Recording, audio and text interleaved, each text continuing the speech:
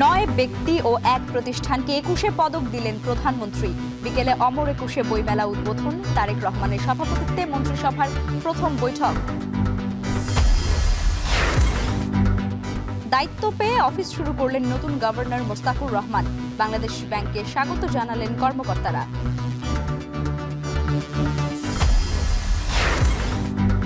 আন্তর্জাতিক অপরাধ ট্রাইব্যুনালের বিচার কাজ থমকে যাওয়ার সুযোগ নেই বললেন চিফ প্রসিকিউটর। নিরপরাধ কাউকেই হয়রানি করা হবে না।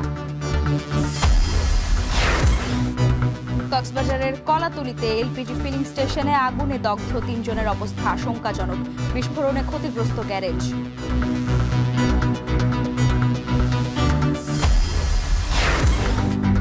এবং রাজধানীর হাজারীবাগে স্কুল ছাত্রীকে কুপিয়ে হত্যার ঘটনায় প্রধান আসামি আটক। ছুরি ও রক্তমাখা জামা উদ্ধার।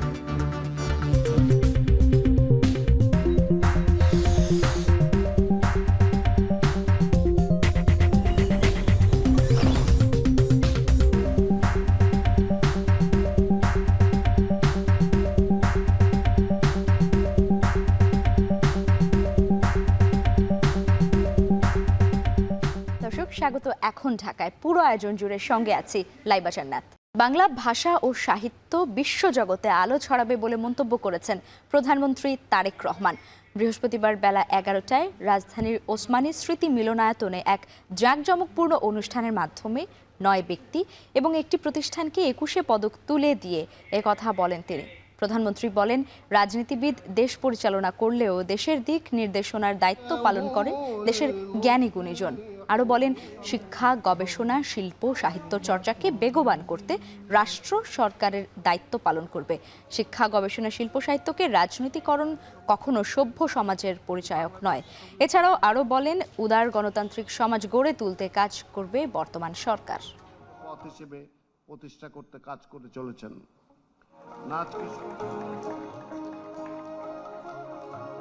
Respected guests, we convey our sincere gratitude.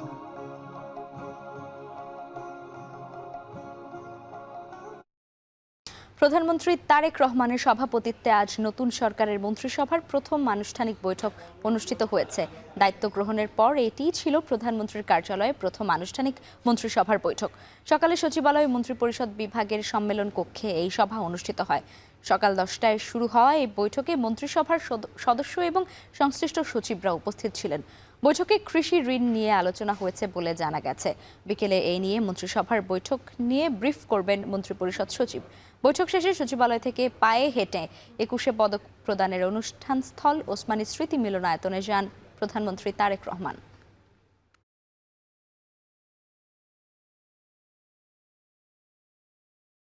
কর্মস্থলে যোগ দিলেন বাংলাদেশ ব্যাংকের নতুন গভর্নর মোস্তাকুর রহমান। বৃহস্পতিবার সকালে কেন্দ্রীয় ব্যাংকের প্রধান কার্যালয়ে ডেপুটি গভর্নর নুরুন নাহার এবং হাবিবুর রহমানের নেতৃত্বে ঊর্ধ্বতন কর্মকর্তারা গভর্নরকে স্বাগত জানান। বাংলাদেশ ব্যাংকে আসার আগে গভর্নর অর্থ মন্ত্রণালয়ে যান, সেখানে আনুষ্ঠানিকতা শেষে কেন্দ্রীয় ব্যাংকে আসেন। বুধবার বিকেলে আগের গভর্নর ডক্টর আহসান এইচ মনসুরের সাথে চুক্তি বাতিল করে প্রজ্ঞাপন জারি করে সরকার। একই সাথে নতুন গভর্নর হিসেবে মোস্তাকুর রহমানকে 4 বছরের জন্য নিয়োগ দেয়। প্রজ্ঞাপনের পরদিনই বাংলাদেশ ব্যাংকে অফিস করেছেন গভর্নর মোস্তাকুর রহমান।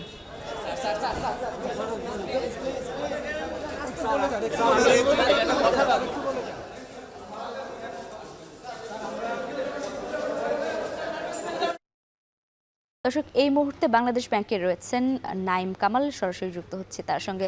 নাইম, নতুন গভর্নর তো যোগ দিলেন বাংলাদেশ ব্যাংকে, আজকে গভর্নরের কি কর্মসূচি রয়েছে একটু জানতে চাই।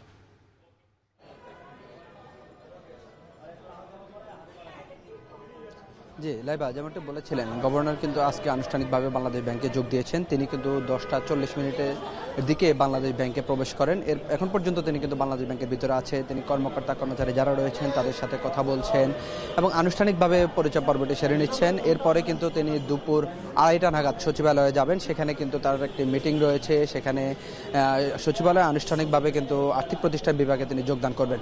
সেখানে কিন্তু মিটিং শেষ করেই তিনি আজকে আর বাংলাদেশ ব্যাংকে আসার সম্ভাবনা নেই। আমরা যেমন কথা বলে জেনেছি, ডেপুটি গভর্নর এবং এক্সিকিউটিভ ডিরেক্টর যারা আছেন তাদের সাথে কথা বলেছি, তারা বলছেন যে আজকে শুধুমাত্র আনুষ্ঠানিকভাবে যোগদানটি গভর্নরের মুখ্য বিষয়। তিনি এসেছেন, কথা বলছেন এবং বাংলাদেশ ব্যাংকের যে পরিস্থিতি সেটি কিন্তু তিনি জানার চেষ্টা করছেন। মূলত তার আনুষ্ঠানিক কার্যক্রম শুরু হবে রোববার থেকে, তিনি কিন্তু তখন থেকেই কিন্তু মূল কার্যক্রমে যাবেন। আপনারা জানেন যে বাংলাদেশ ব্যাংকের কিন্তু যে বর্তমান দেশের যে অর্থনীতি সেটি কিন্তু একটি ক্রান্তিকাল লগ্নে চলছে, যেটি কিন্তু সাবেক গভর্নর আহসান এইচ মনসুর কিন্তু অনেকটা কাটিয়ে ওঠার চেষ্টা করেছিলেন, যেটি কিন্তু এখন পর্যন্ত চলমান রয়েছে। এই গভর্নর এসে কিন্তু সেই হাল ধরতে হবে। তবে আমরা যেমনটি জানি সেটি হচ্ছে যে ক্রান্তিকাল লগ্নে যে অর্থনীতিবিদ কিংবা অর্থনীতি বিশেষজ্ঞ দেরকে কিন্তু গভর্নর করা হয়, কিন্তু ক্রান্তি লগ্নে একজন ব্যবসায়ীকে রীতি ভেঙে কিন্তু গভর্নর করা হয়েছে। তিনি কতটা আসলে অর্থনীতির হাল ধরতে পারবেন, বাংলাদেশের যেই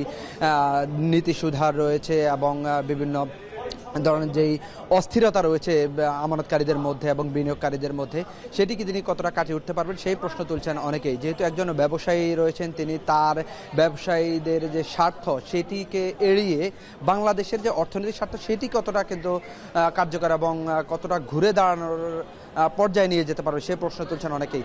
এবং আমরা যেমনটি জেনেছি, এখন যে অস্থিরতা ছিল গতকালকে পর্যন্ত বাংলাদেশ ব্যাংকের রাত পর্যন্ত বদলি, সেগুলো কিন্তু এখন পর্যন্ত কেটে গিয়েছে। এখন পর্যন্ত শান্তিপূর্ণভাবে কর্মকর্তা কর্মচারীরা কিন্তু কাজ করছেন বাংলাদেশ ব্যাংকে। তো এই ছিল আমার কাছে বাংলাদেশ ব্যাংকের সর্বশেষ তথ্য। বাংলাদেশ ব্যাংক থেকে যুক্ত ছিলেন সহকর্মী নাইম কামাল। আন্তর্জাতিক অপরাধ ট্রাইব্যুনালের বিচার কাজ থেমে যাওয়ার কোনো সুযোগ নেই বলে মন্তব্য করেছেন চিফ প্রসিকিউটর আমিনুল ইসলাম। বৃহস্পতিবার সকালে সাংবাদিকদের এক প্রশ্নের জবাবে তিনি দাবি করেন, ট্রাইব্যুনালের প্রসিকিউশনে কোনো অভ্যন্তরীণ দ্বন্দ্ব নেই। কোনো নিরপরাধ ব্যক্তি হয়রানির শিকার হবেন না, কোনো অপরাধী ছাড় পাবে না। সো আমাদের এখানে বিচার থমকে যাওয়ার কোনো ব্যাপার নেই। আমাদের আভ্যন্তরীণ একটা ফ্যামিলিতেও তো অনেক কিছু হয়, তাই বলে কি ফ্যামিলিটা চলে না? আপনি ধরে নেন, এটা আমরা আইসিটি ট্রাইব্যুনাল আমরা যারা কাজ করি, আমরা একটা পরিবারের সদস্য। আমাদের আভ্যন্তরীণ অনেক কিছু হলে হতে পারে, কিন্তু এইটা আমাদের বিচারের সাথে কোনো সম্পর্ক নেই। সংসদের সংরক্ষিত নারী আসনের জায়গা পেতে বিএনপির শীর্ষ পর্যায়ের দৌড়ঝাঁপ করছেন দলটির নারী নেত্রীরা। বিএনপির নীতি নির্ধারণী পর্যায়ের নেতারা বলছেন, দলের দুঃসময়ে মাঠে সক্রিয় এবং যোগ্যদের মূল্যায়ন করবে দল। তবে রাজনৈতিক বিশ্লেষকরা বলছেন, গণতান্ত্রিক অগ্রযাত্রা ধরে রাখতে হলে নারীদের যথাযথ মূল্যায়ন করতে হবে। বিস্তারিত জানাচ্ছেন জাওয়াদ মাহমুদ। বিএনপি নির্বাচনে নিরঙ্কুশ সংখ্যাগরিষ্ঠতা নিয়ে সংসদে গেলেও দলটির ভিতরে এখন আলোচনা সংসদে সংরক্ষিত নারী আসনের মনোনয়ন নিয়ে। ক্ষমতাসীন দলটির সংরক্ষিত আসনে নারীদের সংসদ সদস্য নির্বাচিত করার বিষয়টিকে নারীর ক্ষমতায়ন হিসেবে বিবেচনা করা হয়। তবে এ রাষ্ট্রবিজ্ঞানী বলছেন, বাস্তবতা হলো নারীর ক্ষমতায়ন নয়, আলংকারিক পদ হিসেবেই সংরক্ষিত আসনে নারীদের বিবেচনা করা হচ্ছে। কসমেটিক বা মেয়েদেরকে ঠকানোর একটা উপায়। আমি সংরক্ষিত আসন যদি সরাসরি নির্বাচিত হয়ে আসে তাহলে আমি সেটার পক্ষে, কিন্তু এখন যেভাবে সংরক্ষিত আসনে নারীদেরকে নিয়ে আসবে আমি এটার বিপক্ষে। আমি তো সেটা বললামই যে এই নারীরা কোনো রকম ভূমিকা রাখতে পারে না পার্লামেন্টে। তা খামাখাটা লোক দেখানো যে আমাদের এতগুলি নারী আছে। যারা সংরক্ষিত নারী আসনে সংসদ সদস্য হিসেবে আসতে চান, তারাও এসব বাস্তবতা বিবেচনায় রেখেই সংসদে ভূমিকা রাখতে সংরক্ষিত আসনের জন্য শীর্ষ পর্যায়ে দৌড়ঝাঁপ যেমন করছেন, তেমনি দুঃসময়ে রাজপথের কর্মীদের মূল্যায়ন না করার চর্চা কিংবা পারিবারিকভাবে রাজনৈতিক সুবিধাভোগীদের দৌরাত্ম্য ভাবাচ্ছে নারী নেত্রীদের। যোগ্যদের অবশ্যই মূল্যায়ন হবে, এটা আমি মনে করি হওয়া উচিত, এবং দলও এটা যত বুঝবে। কারণ এখন যে সুফল, এই সুফলটা তো এক সময়ের পরিশ্রমের সুফল। এই সুফলটাকে ধরে রাখতে না পারলে ভবিষ্যতে আজকে আওয়ামী লীগের যে অবস্থা হয়েছে, কালকে আরেক দলের সেটা হবে না, এটা বলা যায় না। একজন মাঠের কর্মীকে অবমূল্যায়িত করে পারিবারিকভাবে কাউকে যদি মূল্যায়িত করা হয়, সেই জায়গায় তো হতাশা কাজই করে। তাই সেই ক্ষেত্রে দেখা যাবে যে আর কেউ মাঠে কাজ করতে চাইবে না। তো কাজেই দল তো সবসময় সুদিন থাকে না, দলের তো দুর্দিনও আসে। সেই সময় মাঠের কর্মীদেরই কিন্তু মাঠে থাকতে হয়। আন্দোলন সংগ্রামে জেল জুলুম আমাদের উপরে বয়ে গিয়েছে। আমরা অসংখ্য ভাইদেরকে হারিয়েছি, সহযোদ্ধাদের হারিয়েছি, এবং চোখের সামনে গুম হতে দেখেছি, খুন হতে দেখেছি। আমরা যে বিভীষিকাময় যে সময়ের সাক্ষী, এটা কিন্তু নতুনরা এই সাক্ষী নয়। যারা আজকে অতিথি পাখি তারা কিন্তু জানে না রাজপথ কিভাবে আমরা আন্দোলন সংগ্রামে প্রতিটা ধাপ প্রতিটা দিন আমরা পেরিয়ে এসেছি। তবে বিএনপির নীতি নির্ধারণী পর্যায়ের নেতা নজরুল ইসলাম খান বলছেন, অতীত অভিজ্ঞতা বিবেচনায় নিয়ে দুঃসময় যারা রাজপথে সক্রিয় ছিল তাদের মধ্য থেকেই যোগ্যদের মূল্যায়ন করবে দল। এটা তো নতুন কোনো ব্যাপার না আর কি, যে এবারে প্রথম নারী আসনে বিএনপি মনোনয়ন দিচ্ছে। অনেক দিন ধরে বিএনপি নারী আসনে মনোনয়ন দিচ্ছে, নারী আসনে এমপি নির্বাচিত করছে এবং এই নারী আসনের সংখ্যাও বাড়াচ্ছে বিএনপি। তো কাজেই যোগ্য মানুষরাই সেখানে আসবে আমার ধারণা। রাষ্ট্রবিজ্ঞানী দিলারা চৌধুরী বলছেন, মাঠের কর্মীদের মূল্যায়ন না করলে দল ক্ষতিগ্রস্ত হবে। গণতান্ত্রিক অগ্রযাত্রা ধরে রাখতে হলে নারীদের যথাযথ মূল্যায়নেরও পরামর্শ তার। দল তো ক্ষতিগ্রস্ত হয়ই, তারা এগুলি তো কোনো গণতান্ত্রিক মানে গণতন্ত্র করতে হলে তো নারীদেরকে আনতে হবে মানে সংসদে, কারণ নীতি নির্ধারণের ক্ষেত্রে নারীর তো একটা ভূমিকা থাকা দরকার। কারণ একটা নীতি যখন তুমি নাও, সে নীতির দ্বারা মেয়ে পুরুষ উভয় এফেক্টেড হয়, কিন্তু নারী ভিন্নভাবে এফেক্টেড হয়। সুতরাং নারীর কি চিন্তা ভাবনা, নারী কি চায়, ওটা ওই নীতি নির্ধারণের মধ্যে আনতে হবে। সংরক্ষিত আসনে নির্বাচিতদের সংসদে কার্যকর ভূমিকা পালনে নিজেদের উদ্যোগী হবার পাশাপাশি দলগুলোরও পুরুষতান্ত্রিক ভাবনা থেকে বের হয়ে আসতে হবে। জওয়াদ মাহমুদ, এখন, ঢাকা। রাজধানীর হাজারীবাগে অষ্টম শ্রেণীর শিক্ষার্থী শাহরিয়ার শারমিন বৃন্তি খুনের ঘটনায় একই স্কুলের শিক্ষার্থী সিয়ামকে গ্রেপ্তার করা হয়েছে। বৃন্তি হত্যার ঘটনায় সিয়াম মূল অভিযুক্ত বলে দাবি নিহতের পরিবারের। বুধবার রাতে নিজ ভাইকে দিয়ে বাজারে গিয়েছিল বৃন্তি। বাজার শেষে তার ভাই মসজিদে গেলে বৃন্তিকে ছুরিকাঘাতের ঘটনা ঘটে। সিসিটিভি ফুটেজ বিশ্লেষণে এমন তথ্যই মিলেছে। নিহতের ঘাড়ে ও পিঠে আঘাতের চিহ্ন রয়েছে। ছুরি ও রক্তমাখা জামা উদ্ধার করা হয়েছে ঘটনাস্থল থেকে। প্রেম ঘটিত বিরোধকে কেন্দ্র করে খুনের ঘটনা ঘটেছে বলে জানিয়েছে নিহতের মা। পুলিশে কইছে আমি ন্যায্য ইয়া পাওয়াই দিমু, কিন্তু এখন কি লেগা লাগছে গ্রেপ্তার করি নাই, এটা আমার পুলিশের কাছে জিজ্ঞাসাবাদ কেন গ্রেপ্তার করি নাই এটা লাগছে। আমি এই কথাটা বলতে চাই, আমি ওই ছেলেটার ফাঁসি চাই। কক্সবাজারের ফিলিং স্টেশনের এলপিজি পাম্পে বিস্ফোরণে দগ্ধ 6 জনকে চট্টগ্রাম মেডিকেল কলেজ হাসপাতালে ভর্তি করা হয়েছে। এদের মধ্যে 3 জনের অবস্থা আশঙ্কাজনক বলে জানিয়েছেন চিকিৎসক। গতরাত 2:45টার দিকে তাদের চট্টগ্রাম মেডিকেলের বার্ন ইউনিটে ভর্তি করা হয়েছে। চিকিৎসকরা জানান 20 থেকে 90% দগ্ধ 6 জনকে হাসপাতালে ভর্তি করা হয়। 3 জনের অবস্থা আশঙ্কাজনক হওয়ায় তাদের আইসিইউতে স্থানান্তর করা হয়েছে। এছাড়া বাকি 3 জনকে নিবিড় পর্যবেক্ষণেও রাখা হয়।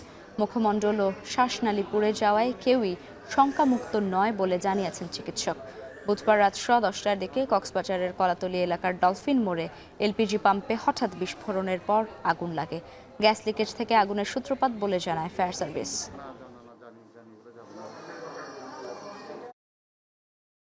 অতিরিক্ত গ্যাসগুলো ছেড়ে দিয়েছে ফায়ার সার্ভিস এসে, ওই গ্যাসগুলো চারিদিকে ছড়াই গেছে।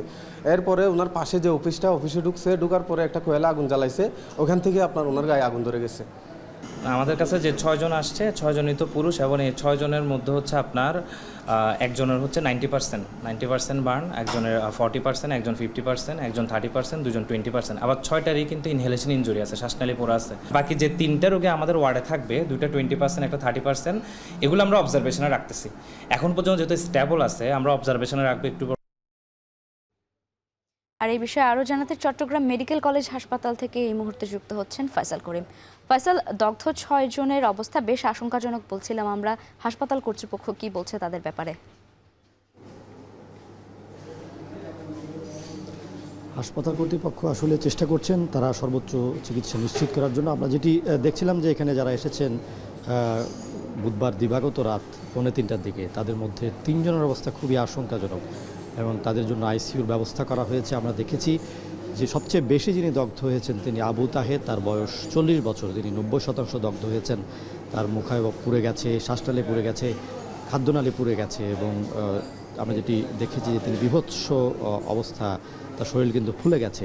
মূলত পেইন কিলার দিয়ে রাখার কারণে তাদের যে তীব্র যন্ত্রণা, আগুনে পোড়ার যে যন্ত্রণা, সেটি কিন্তু তারা সেভাবে অনুভব করছেন না। চিকিৎসকরা বলছেন যে তাদের অক্সিজেন স্যাচুরেশন এখনও ঠিক আছে, যারা গুরুতর দগ্ধ। তবে এটি কিন্তু ধীরে ধীরে অবনতির দিকে যায় আগুনে পোড়া রোগীর ক্ষেত্রে। এবং আমরা আরও দুজন দেখেছি যে আব্দুর রহিম, তিনি পুড়ে গেছেন 50%, তার অবস্থাও আশঙ্কাজনক, তাকেও আইসিইউতে স্থানান্তর করা হয়েছে। এবং মোহাম্মদ সিরাজ নামে একজন আছেন, তার বয়স 30 বছর, তিনিও কিন্তু 40% পুড়ে গেছে। এই তিনজনকে খুবই গুরুত্ব সহকারে দেখা হচ্ছে এবং বাকি তিনজন যারা আছেন তারা কিন্তু 20% এবং 30% পুড়ে গেছেন। তারাও কিন্তু যুবক, 30 থেকে 40 বছরের মধ্যেই, এবং তাদেরকেও কিন্তু পর্যবেক্ষণে রাখা হয়েছে। তবে যে বিষয়টি নিয়ে তারা শঙ্কার কথা বলছেন সেটি হচ্ছে মূলত শ্বাসনালী এবং খাদ্যনালী পুড়ে যাওয়ার কারণে আশঙ্কার দিকটা বেশি। যদিও এখনও পর্যন্ত সবার অক্সিজেন স্যাচুরেশন বা অক্সিজেনের মাত্রা, শ্বাস নেওয়ার যে ক্ষমতা, সেটি কিন্তু এখনও সন্তোষজনক আছে। তবে চিকিৎসকরা আশঙ্কা করছেন যে আসলে এটি অবনতির দিকে যেতে পারে। তবে এখানে যারা স্বজন আছেন তারাও আসলে এখানে উপস্থিত হয়েছেন এবং স্বজনের এই পরিণতি দেখে তারা আসলে খুবই শোকাগ্রস্ত এবং নিস্তব্ধ। অনেকে অভিযোগ করেছেন যে আসলে প্রথমবার কিন্তু একবার কিন্তু এই গ্যাস পাম্পটিতে আগুন লেগেছিল, কিছুক্ষণ 1 ঘন্টা আগেই কিন্তু আগুন লাগার পরে আবারও কিন্তু ফায়ার সার্ভিস এসে নেভানোর পরেও কিন্তু দ্বিতীয়বার সেখানে আগুন লাগে, এমন অভিযোগ কিন্তু তারা করেছেন। লাইবা। চট্টগ্রাম মেডিকেল কলেজ হাসপাতাল থেকে যুক্ত ছিলেন ফয়সাল করিম। রোজার প্রথম ভাগেই ঝিনাইদহের মার্কেটগুলোতে বেড়েছে প্রসাধনী বিক্রি। শহরের বিভিন্ন কসমেটিক্সের দোকানগুলোতে ভিড় করছেন ক্রেতারা। আমদানির পাশাপাশি দেশীয় পণ্যের প্রতিও আগ্রহ দেখাচ্ছেন তারা। সময়ের সঙ্গে বাড়ছে দেশীয় পণ্য মমতাজ ব্র্যান্ডের বাজার। ঈদের আগেই পছন্দের প্রসাধনী কিনছেন অনেকেই। বিশ্বজিৎ বাপির পাঠানো তথ্য ছবি নিয়ে প্রতিবেদন।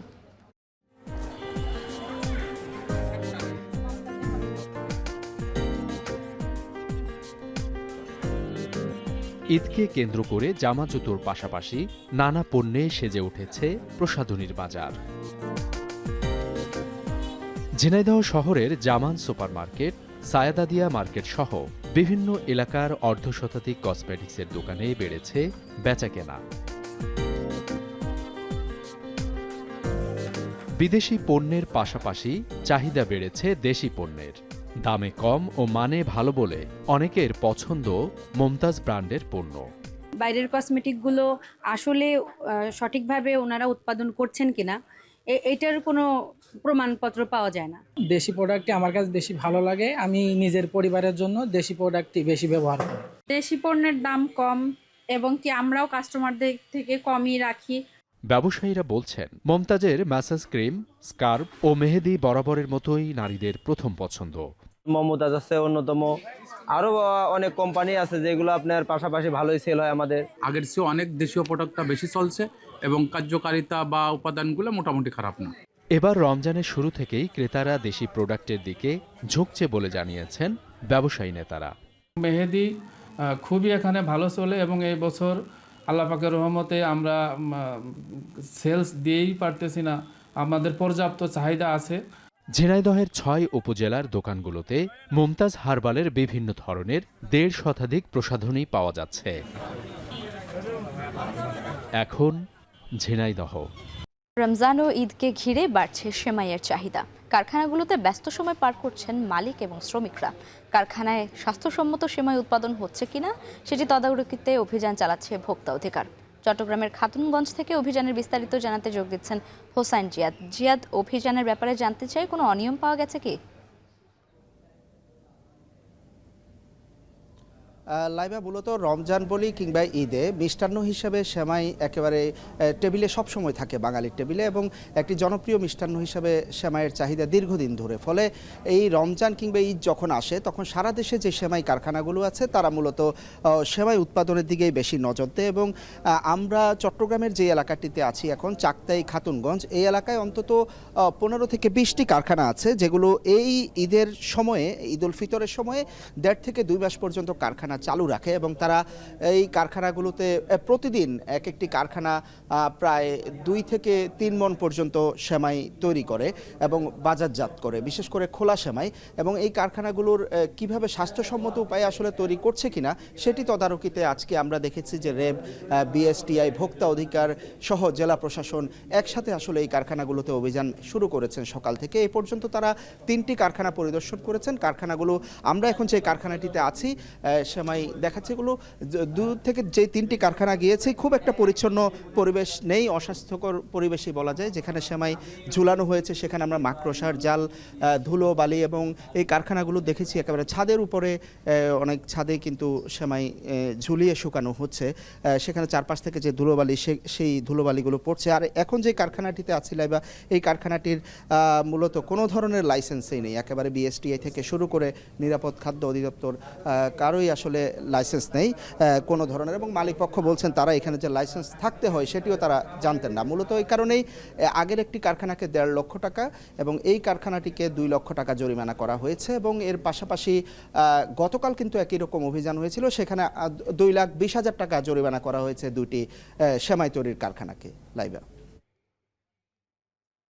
চট্টগ্রামের খাতুনগঞ্জ থেকে ভোক্তা অধিকারের বিস্তারিত জানাচ্ছিলেন সহকর্মী হোসেন জিয়াদ।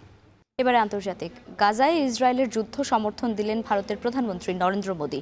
বুধবার ইসরায়েলি পার্লামেন্ট নেসেটে দেয়া ভাষণে এই সমর্থনের কথা জানান তিনি। এটি ইসরায়েলি পার্লামেন্টে কোনো ভারতীয় নেতার প্রথম ভাষণ। মোদী বলেন, ভারত ইসরায়েলের পাশে আছে। 2023-এর 7 অক্টোবর হামাস যোদ্ধাদের আক্রমণের নিন্দা জানিয়ে তিনি বলেন, কোনো অজুহাতেই বেসামরিক নাগরিক হত্যা গ্রহণযোগ্য নয়। এ সময় ইসরায়েলের প্রধানমন্ত্রী বেনিয়ামিন নেতানিয়াহু পাশে থাকার জন্য ভারতকে ধন্যবাদ জানান। বলেন, দুই দেশের স্বার্থ ও লক্ষ্য এক। এর আগে তেল আবিব বিমানবন্দরে নরেন্দ্র মোদীকে স্বাগত জানান নেতানিয়াহু।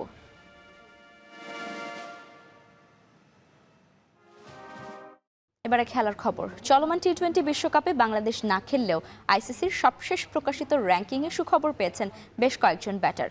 আন্তর্জাতিক ম্যাচ না খেললেও অন্য ব্যাটারদের অবনতিতে র্যাঙ্কিংয়ে এগিয়েছেন সাইফ, জাকের, ইমনরা। ক্যারিয়ার সেরা 542 রেটিং পয়েন্ট নিয়ে 2 ধাপ এগিয়ে 41 নম্বরে উঠে এসেছেন ইমন। তিনি ছাড়াও উন্নতি করেছেন আরেক top order batter Saif Hasan ও জাকের আলী। ইমনের মতোই 2 ধাপ এগিয়েছেন দুজন। সাইফ অবস্থান করছেন 42তম স্থানে আর জাকের অবস্থান করছেন 72তম স্থানে। অবশ্য র্যাঙ্কিংয়ে বেশ কয়েকজন টাইগার ব্যাটারের অবনতিও হয়েছে। 1 ধাপ পিছিয়ে 21তম স্থানে রয়েছেন তানজিদ তামিম। দলপতি লিটন দাস 1 ধাপ পিছিয়ে আছেন 54 নম্বরে। বোলারদের প্রায় সবারই অবনতি হয়েছে। 4 ধাপ পিছিয়ে 21তম শেখ মাহিদি, রিশাদ হোসেন 7 ধাপ পিছিয়ে 27 নম্বরে নেমে গেছেন। এছাড়া নাসুম, তানজিম সাকিব, শরীফুল তাসকিন ও হাসান মাহমুদও কয়েক ধাপ করে পিছিয়েছেন।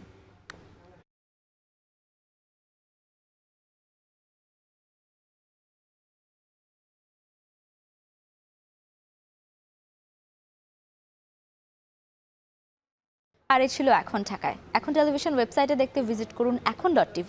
এছাড়া ফেসবুকে দেখতে ভিজিট করুন facebook.com/tv.এখন এবং ইউটিউবে দেখতে ভিজিট করুন youtube.com/c/echontv।